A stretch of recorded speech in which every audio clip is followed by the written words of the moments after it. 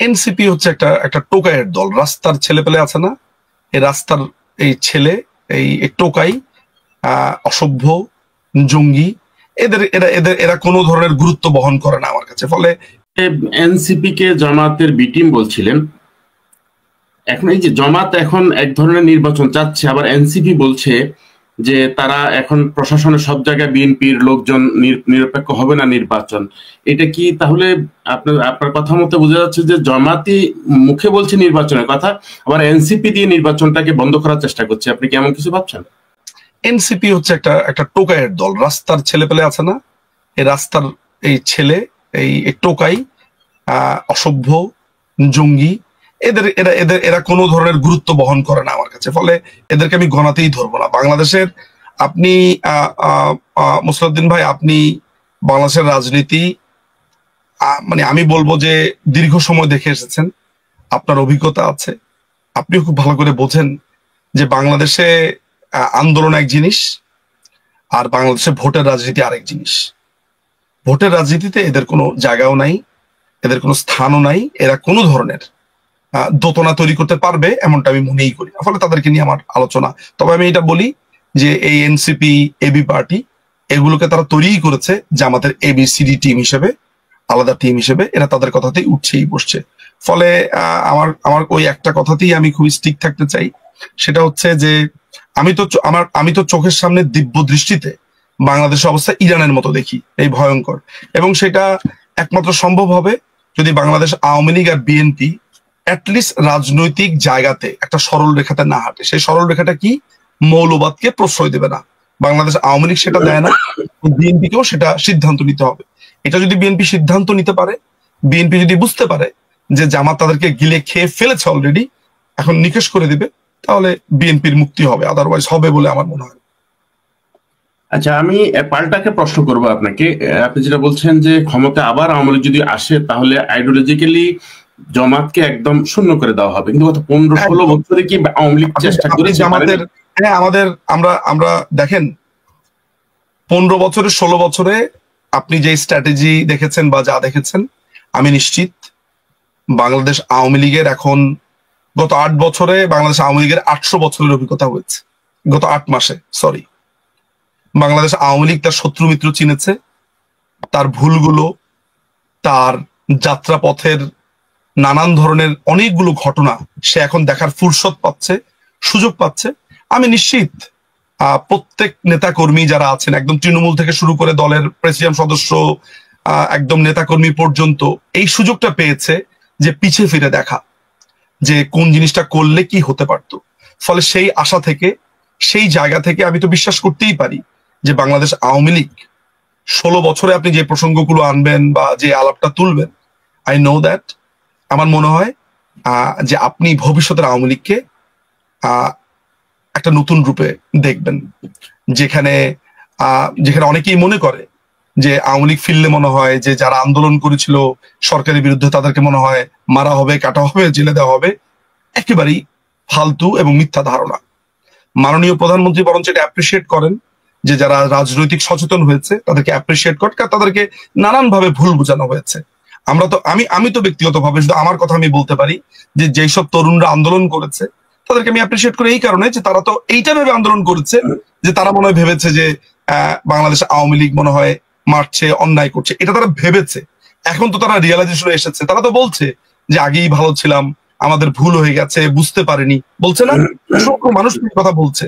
আপনার একজন রিক্সাওয়ালা বলছে যে একে আগে লাথি দিয়ে সরানো দরকার এই ইউনুসকে। এই যে কিছুক্ষণ আগে আমি আমার ফেসবুকে শেয়ার দিয়েছি। সুতরাং সিম্পলি যে বাংলাদেশ আওয়ামী লীগ তাদের প্রতি ক্রিটিক্যাল হবে যারা এই দেশকে একটি জঙ্গিস্তান বানানোর চেষ্টা করেছিল, জঙ্গিবাদকে মদত দেওয়া হয়েছিল, এবং তরুণদেরকে নিয়ে বাংলাদেশ আওয়ামী লীগ সামনের বাংলাদেশ গড়বে। এবং আমি আপনাকে এই গ্যারান্টি দিতে পারি যে আপনি একটা স্মার্টেস্ট আওয়ামী লীগকে দেখতে পাবেন ভবিষ্যতে। একটা স্মার্টেস্ট থেকে স্মার্টেস্ট একটা আওয়ামী লীগকে দেখবেন, যেই আওয়ামী লীগ একজন শিশু থেকে শুরু করে একজন 100 বছরের বৃদ্ধ তার কথাও ভাববে। তার রাজনীতিটা হবে একদম একটা ইনক্লুসিভ রাজনীতি, তার রাজনীতি হবে একটা রিকনসিলিয়েশনের রাজনীতি, যেই রাজনীতিতে কোনো হানাহানি, মারামারি, কাটাকাটি কিছু থাকবে না। এবং গণতন্ত্রের চরম উৎকর্ষ আমি নিশ্চিত বাংলাদেশ আওয়ামী লীগ ঘটাতে সক্ষম হবে এবং আমি বিশ্বাস করি।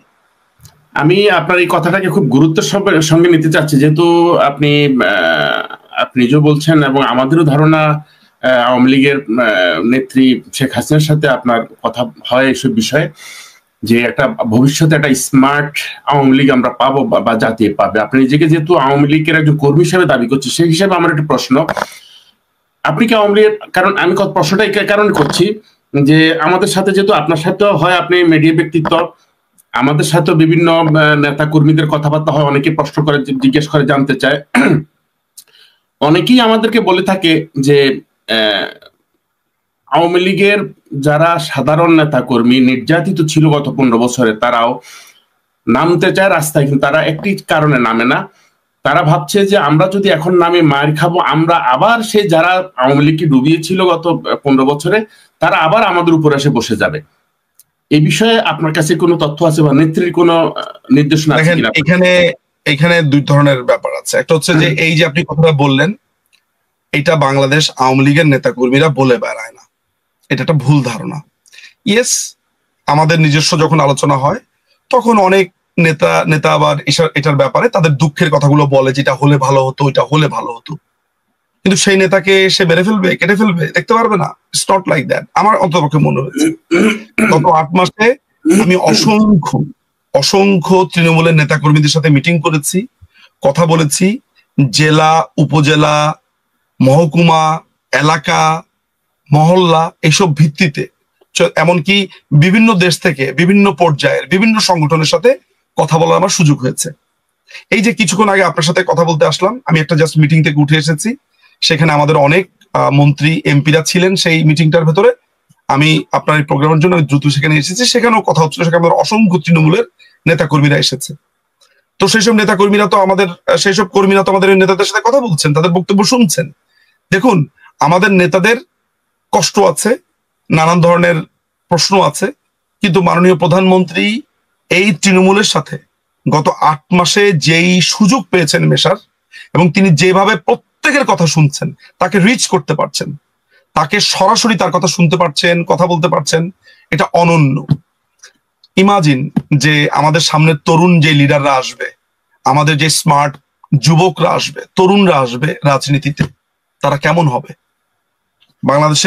বাংলাদেশ আওয়ামী লীগ তরুণ এবং প্রবীণ এই রাজনীতির সমন্বয়ে একটা অসাম, একটা অদ্ভুত, অসাধারণ আওয়ামী লীগ হবে, আমি এটা বিশ্বাস করি।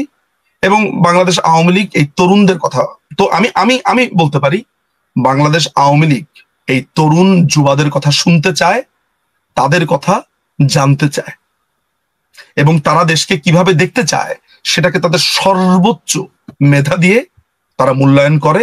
এবং ভবিষ্যতের আওয়ামী লীগকে আপনি এইভাবেই দেখবেন, আপনি আওয়ামী লীগকে একটা স্মার্ট দল হিসেবে দেখবেন। তার মানে আপনি প্রশ্ন করতে পারেন, তাহলে আগের আওয়ামী লীগ স্মার্ট দল? অবশ্যই ছিল। দিনের আপনি যখন রোল করে, সময় যায়, সময়ের সাথে সাথে এই দলগুলোর স্ট্র্যাটেজি, দলগুলোর চিন্তা ভাবনা আরো ধারালো, শানিত হয়। এবং আপনি নিশ্চিত থাকতে পারেন, বাংলাদেশ আওয়ামী লীগ আরো বেশি বুদ্ধিদীপ্ত, ধারালো, শানিত হয়ে মানুষের সামনে, এই দেশের মানুষের সামনে ফেরত আসবে, এবং একটা ইনক্লুসিভ বাংলাদেশ, একটা একসাথের বাংলাদেশ। এই হানাহানি, মারামারি আর কত? সুতরাং যারাই অন্যায় করেছে, যারাই দেশে বিভাজন টেনেছে, তাদের ব্যাপারে বাংলাদেশ আওয়ামী লীগ ক্রিটিক্যাল হবে বলে আমি মনে করি। এটা আমার ধারণা, আমার বিশ্বাস। কিন্তু বাংলাদেশের আপামর জনসাধারণের ভয় পাওয়ারও কোনো কারণ নেই, যারা মনে করছে যে না আসলে মনে আমাকে শাস্তি দিবে, এই করবে। নো, কোনো একটা মন্তব্য করেছে, কোনো কিছু করেছে, ব্যঙ্গ করেছে, উই ডোন্ট কেয়ার, আমরা এগুলোকে ইগনোর করি। কারণ আপনি প্রত্যেকটা জায়গাতে যদি কাউকে প্রতিশোধ নিতে চান, প্রতিশোধের রাজনীতি দিয়ে আপনি জিন্দিগিতে কিচ্ছু করতে পারবেন না, নাথিং। এই দেশের মানুষকে নিয়েই আমাদেরকে রাজনীতি করতে হবে। সুতরাং গুটি কয়েক মানুষ, কিছু মানুষ যারা এই দেশকে আজকে এই অবস্থাতে এনেছে, তাদের ব্যাপারটা আলাদা, বিচারের কাঠগড়ায় তাদেরকে দাঁড়াতেই হবে। কিন্তু আপামর জনসাধারণ যারা আছে, ছাত্র নাগরিক যারা আছে, নো ওয়ে।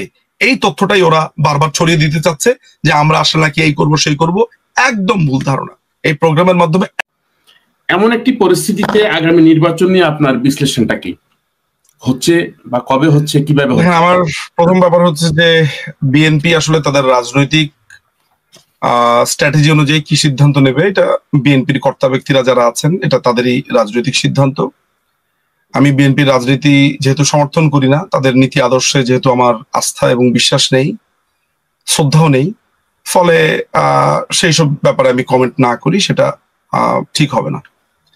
আমি শুধুমাত্র একজন সাধারণ নাগরিক হিসেবে বাইরে থেকে যেটা দেখতে পাই, বারবারই বলেছি যে বিএনপি ক্যান্টনমেন্টে জন্ম নিলেও আমি যদি সেই ইতিহাসটা ছেড়েও আমি বলি যে 90 পর থেকে একটা নতুন উন্মেষ যদি হয়ে থাকে, তাদের যে নেত্রী রয়েছেন খালেদা জিয়া, তার মাধ্যমে বিএনপি নানানভাবেই এই চর্চাটাকে আরো অনেক বেশি জনবান্ধব এবং অনেক বেশি গণতান্ত্রিক করতে পারত।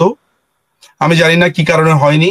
বিএনপির বড় যেই যতগুলো ভুল আমার কাছে মনে হয়েছে,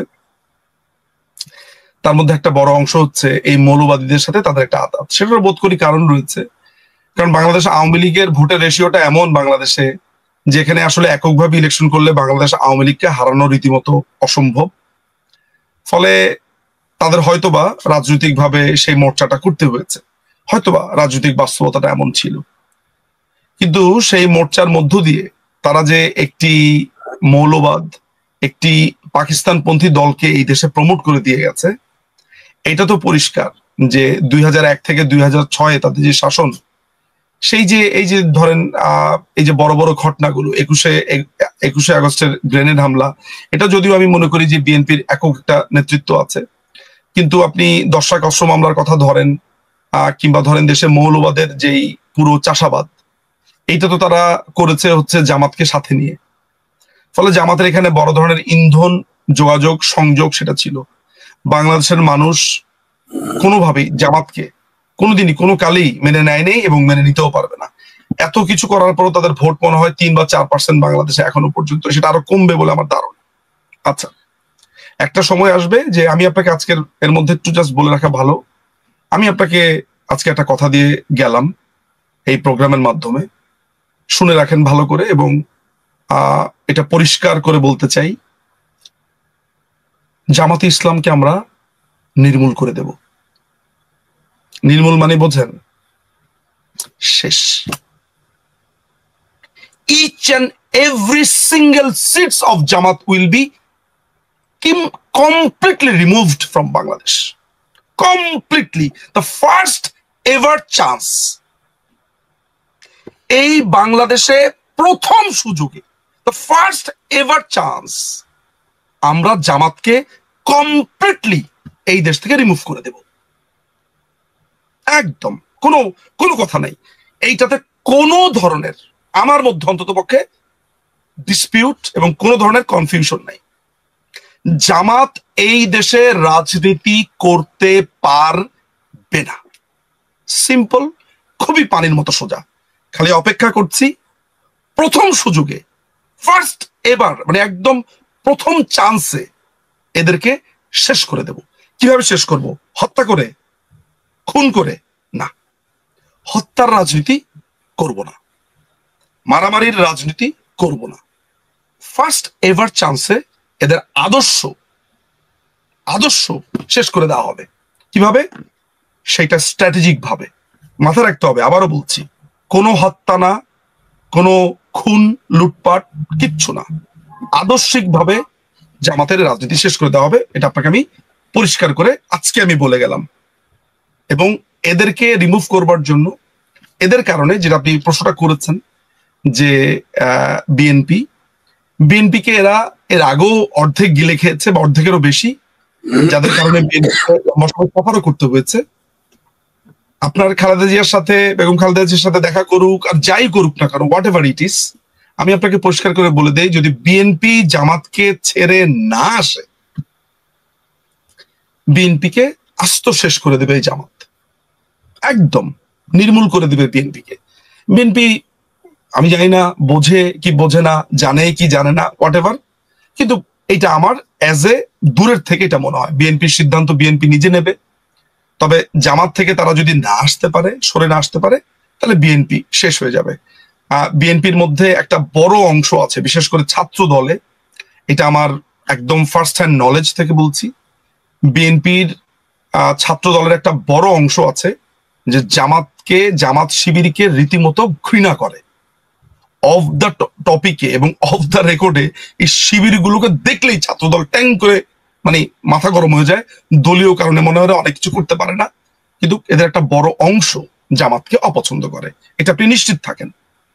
দলীয় স্ট্র্যাটেজির কারণে হয়তো বা তারা অনেকে অনেক কিছু বলতে পারে না, করতে পারে না, তবে এটা নিশ্চিত। সুতরাং বিএনপির উচিত হবে তাদের রাজনৈতিক, তাদেরকে যেভাবে কোণঠাসা করবার চেষ্টা করা হচ্ছে, জামাত যেভাবে তাদের ABCDEFGH টিম বানাচ্ছে, এই টোকাইদের এনসিপি পার্টি বলেন, এবি পার্টি বলেন, তারপরে আপনার যা কিছু দেখছেন আশেপাশে যেগুলো দেখছেন, এগুলো সবকিছুই হচ্ছে জামাতের একটা বাই প্রোডাক্ট। জামাতি এরা নানান জায়গাতে, জামাত ভালো করেই জানে যে তারা ক্ষমতায় আসতে পারবে না, স্ক্যাটার্ড হয়ে দেশটাকে তারা জাস্ট ক্যাপচার করা।